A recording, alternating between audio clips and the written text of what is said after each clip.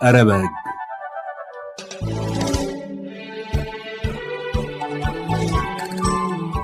አረበግ ስለ ሕግ ነክ ጉዳዮች የምንጨዋወትበት ፕሮግራም ነው።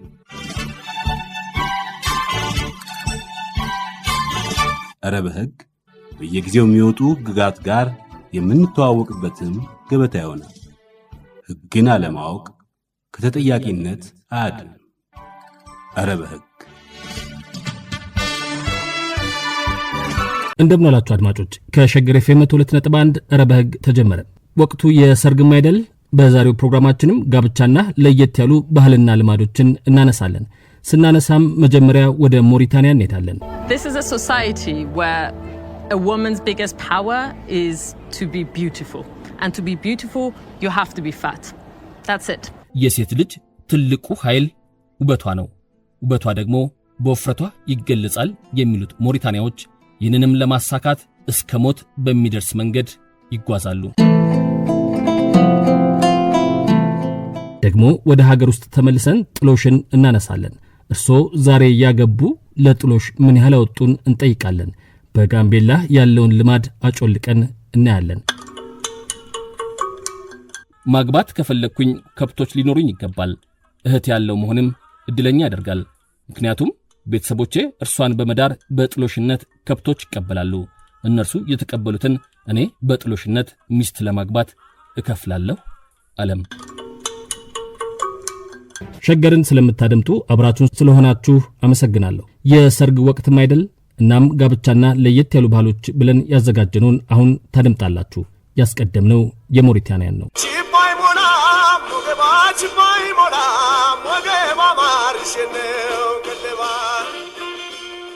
ይህ ለኛ ሀገር ነው። ወገብ በችቦ ደረጃ ቀጥኖ የሙሽሪት ውበት ማሳያ ተደርጓል። ይህ ግን በሀገረ ሞሪታኒያ እንኳን በአድናቆት ሊያስጨፍር እንደ ውበት መገለጫም አይቆጠርም። እዚያ ወገብ ሞላ ካላለ የሙሽሪትን ውበትም ሆነ ሰርጓን ያደበዝዛል። መደብዘዙ እንዳይመጣ ውፍረቷ ድምቀቷ እንዲሆን በግዳጅ እንድትመገብ ይደረጋል። To be beautiful, you have to be fat. That's it.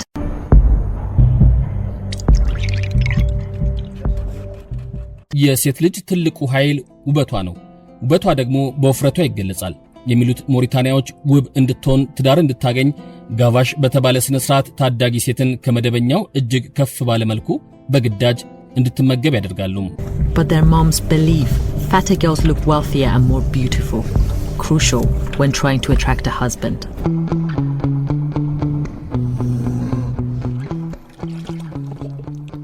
አን ሪፖርትድ ወርልድ ታህሳስ 1 ቀን 2010 ዓ.ም አንድ ዘገባ አቀረበም። ዘገባውን ለማቅረብ በሳህራ በረሃ ለተገኘችው ጋዜጠኛ ወቅቱና ስራዋ ገጥመውላታል። ወቅቱ ጋቫሽ በተባለ ስነ ስርዓት የሞሪታኒያ ታዳጊ ሴቶች በግድ እንዲመገቡ የሚደረግበት ነው። This is 11-year-old Monet. She's about to be force-fed to make her fat. ለዓመታት በተለየ ድንኳን የሌሎችን ሰዎችን ሴት ልጆች ስትመግብ የኖረችው ታሂር አሁን ተራዋ ደርሷል። በግዳጅ የምትመግበውም የራሷን የ11 ዓመት ታዳጊ ሴት ልጅና ጓደኛዋን ሆኗል፣ ሙናይና ሂንዱን። This is 11-year-old Monet. She's about to be force-fed to make her fat. ከቅል የተሰራ በሚመስል ሰፊ ጎድጓዳ ሳህን በወተት ቀጥኖ የተዘጋጀው የመጀመሪያ ምግብ ቀረበም። ይህ የመጀመሪያ ምግብ ቁርስ 3000 ካሎሪ ነው። ይህም 10 ቺዝበርገር እንደመመገብ ሊቆጠርም ይችላል። የ11 ዓመቷ ታዳጊና ጓደኛዋ ይህንን ለመጨረስ 2 ሰዓታት ፈጀባቸው። But each girl has already eaten about 3000 calories, equivalent to 10 cheeseburgers. እየቻሉ የራስን ልጅ ምግብ አለመመገብ ቀለብ መከልከል ኃላፊነትን የሚያስከትል በወንጀልም የሚያስቀጣ ድርጊት ነው። ግን በግድ ስለመመገብስ ምን ያስባሉ?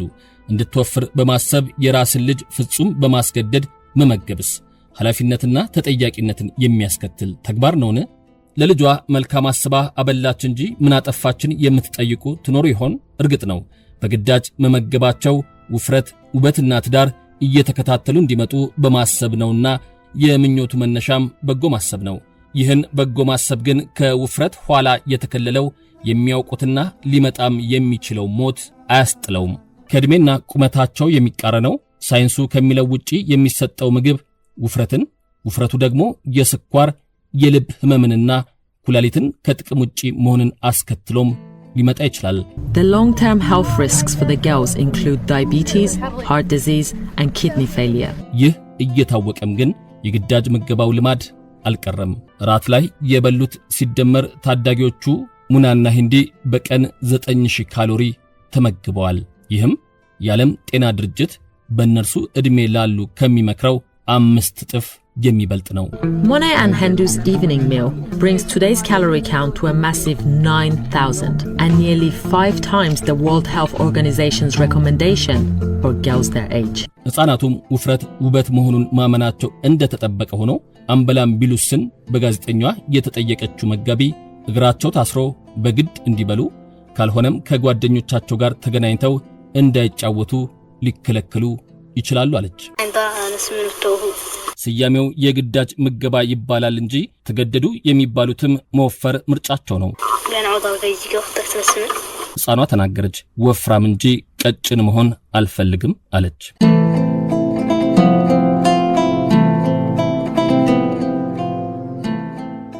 የሞሪታንያ ሴቶች ውበት ነው ያሉትን ውፍረት ለማግኘት የሚከፍሉት ዋጋ ሕይወትን እስከ መንጠቅ ይደርሳል። ያወፍራሉ የሚባሉ መድኃኒቶችን ሳይቀር ያለ ሐኪም ትዕዛዝ ይወስዳሉ። She says these empty bottles contain drugs that help girls get fat. የማወፈሪያ የሚባሉ መድኃኒቶች ይሸጡበታልን ወደ ሰማችበት ኖዋክሻት የተባለ ቦታ የተጓዘችው ጋዜጠኛ ለመግዛት አልተቸገረችም። ሰርግ አለብን፣ መወፈር እንፈልጋለን ያሉ ታዳጊ ሴቶችም በገበያው ተገኙ። Cyproheptadine, which has the side effect of increasing weight.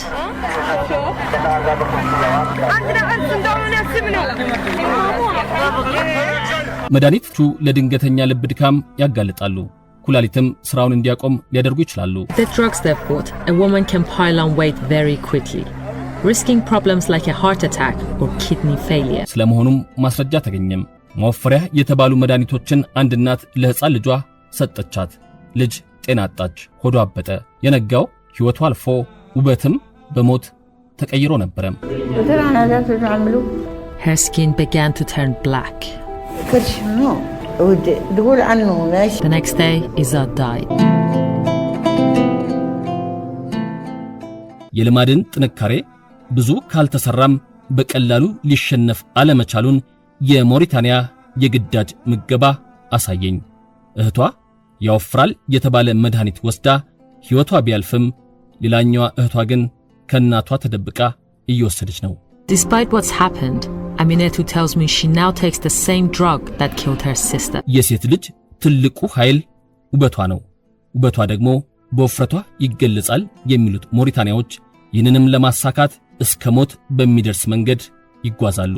This is a society where a woman's biggest power is to be beautiful.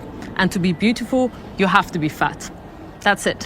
اللي كان مجننا حنا منه ومنا قالوا انه تخيم عنا ويلي معروسه وتحنا ساكن بالي ሸገርን ስለምታደምጡ አብራችሁን ስለሆናችሁ እናመሰግናለን። ሰርግና ለየት ያሉ ባህሎች ብለን ቀደም ሲል የሞሪታንያን አስደመጥናችሁ። አሁን ወደ ሀገር ውስጥ ተመልሰን ጋምቤላ እንሄዳለን። በሰኔ ወር 2013 ዓ.ም በጋምቤላ ሴቶችን ያገለሉ ህግጋትና ልማዳዊ ድርጊቶችን ለመለየት በሚል በኢትዮጵያ የህግ ባለሙያ ሴቶች ማህበር የተደረገውን የዳሰሳ ጥናት ለዛሬ ፕሮግራማችን መነሻ አድርገናል። በኑዌር አኛክ ኦፖና ማዣንግ ማህበረሰቦች ላይ ጥናቱ አተኩሯል። በዚህ 4 ዓመት ለተጠጋ ጊዜ ለውጥ ይኖር እንደሆነ አላውቅም። ያኔ ግን የነበረው እውነት ይህ ነው። ጥሎሽ ላይ አተኩረን አሁን እናወራዋለን።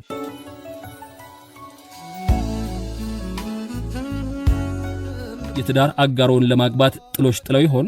ከጣሉስ ምን ያህሉ በአቅሞ ልክ የሚገለጽ ነውን? ከአቅሞ በላይ ቢሆን ምን ያደርጉ ነበር? እዳ ይገባሉ ወይስ ጋብቻውን ይተውታል? እነዚህን ጥያቄዎችን የሰሙ እርሶ ምናልባትም ጊዜውን የማይመስል ያለፈበት ጉዳይ ላይ ዛሬ ላይ ማውራት ምን ይረባል ሊሉኝ እንደሚችሉ እገምታለሁ። እንደ ቀልድም ሊቆጥሩት ይችሉ ይሆናል።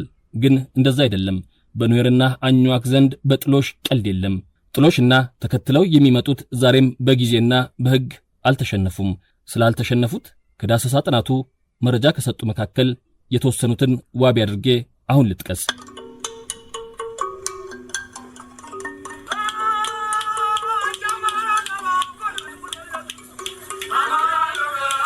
ይህ በኑኤር የሆነና የሚሆን ነው። በአንድ ወቅት አንዲት ሴት ተጠለፈች። የጠለፋት ሰው እንድታረግዝ ካደረገ በኋላ ጥሏት ሄደም። እርሷም ወደ ቤተሰቦቿ ተመልሳ ልጇን ወለደች። ሕፃኑ 5 ወይም 6 ዓመት በደረሰው ወቅት ግን ያለ ጥሎሽ ክፍያ የተወለደ ልጅ ነው ያለው ወንድሟ የሕፃኑን ሕይወት ቀጠፈም። ጥሎሽ ከሕይወትም በለጠም። ደግሞ ሌላው የዳሰሳ ጥናቱ ተሳታፊ ተናገረም። ማግባት ከፈለኩኝ ከብቶች ሊኖሩኝ ይገባል። እህት ያለው መሆንም እድለኛ ያደርጋል። ምክንያቱም ቤተሰቦቼ እርሷን በመዳር በጥሎሽነት ከብቶች ይቀበላሉ። እነርሱ የተቀበሉትን እኔ በጥሎሽነት ሚስት ለማግባት እከፍላለሁ አለም። በአኝዋኮች ዘንድ የጥሎሽ ነገር መረርም ከረርም ያለ ነው። ከጋብቻ በፊት በገንዘብ መልክ ጥሎሽ መክፈል ለድርድር የሚቀርብ አይደለም። አገባለሁ ያለ ወንድ ለመረጣት ሴት ቤተሰቦች ከ50 እስከ 100 ሺህ ብር መክፈል ይጠበቅበታል። መክፈሉ የማይቀር ሆኖ አከፋፈሉ ግን በተለያየ ጊዜ በተወሰነ መጠን ሊደረግለት ይችላል። በሕይወት እስካለና ልጆችም እስከወለደ ድረስም ገንዘቡን የመክፈል ግዴታ አለበት። በዳሰሳ ጥናቱ የተሳተፉት የ50 ዓመት ሴት ደግሞ ተናገሩ። 2 ወንድ ልጆች አሉኝ። የመጀመሪያው ልጄ ሲያገባ መጀመሪያ 5000፣ ከዚያ ከተወሰነ ጊዜ በኋላ ደግሞ 7000 ብር የጥሎሽ ክፍያ ከፈልን። እነርሱ በፈለጉ ጊዜ የጠየቁንን ያህል ገንዘብ መክፈል ይጠበቅብናል። ትልቁ ልጄ ባለመክፈሉ የሚስቱ ቤተሰቦች ደብድበውታል። እኔም እንዳይደበድቡኝ እደበቃለሁ። ወደ ቤታችን በመጡ ጊዜ ያገኙትን ሰው ነው የሚደበድቡት።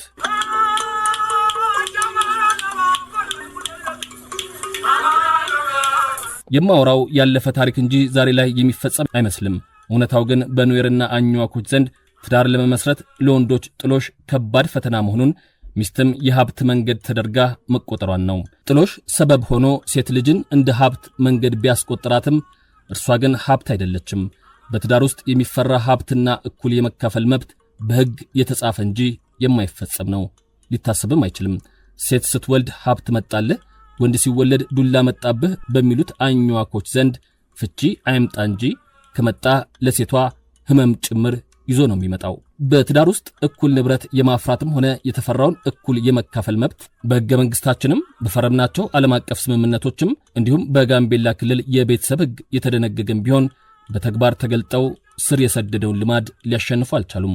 መብቴ ብሎ መጠየቁም ያልተለመደ ነው።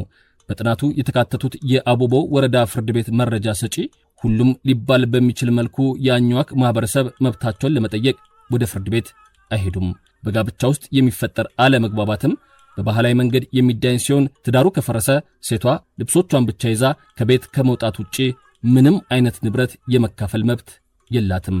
አባቷ እርሷን ሲድር ጥሎሽ ተቀብሎባታልና ባሏን ንብረት አካፍለኝ ብላ መጠየቅ አባቷን እንደማዋረድ ሊያስቆጥርባት ይችላል።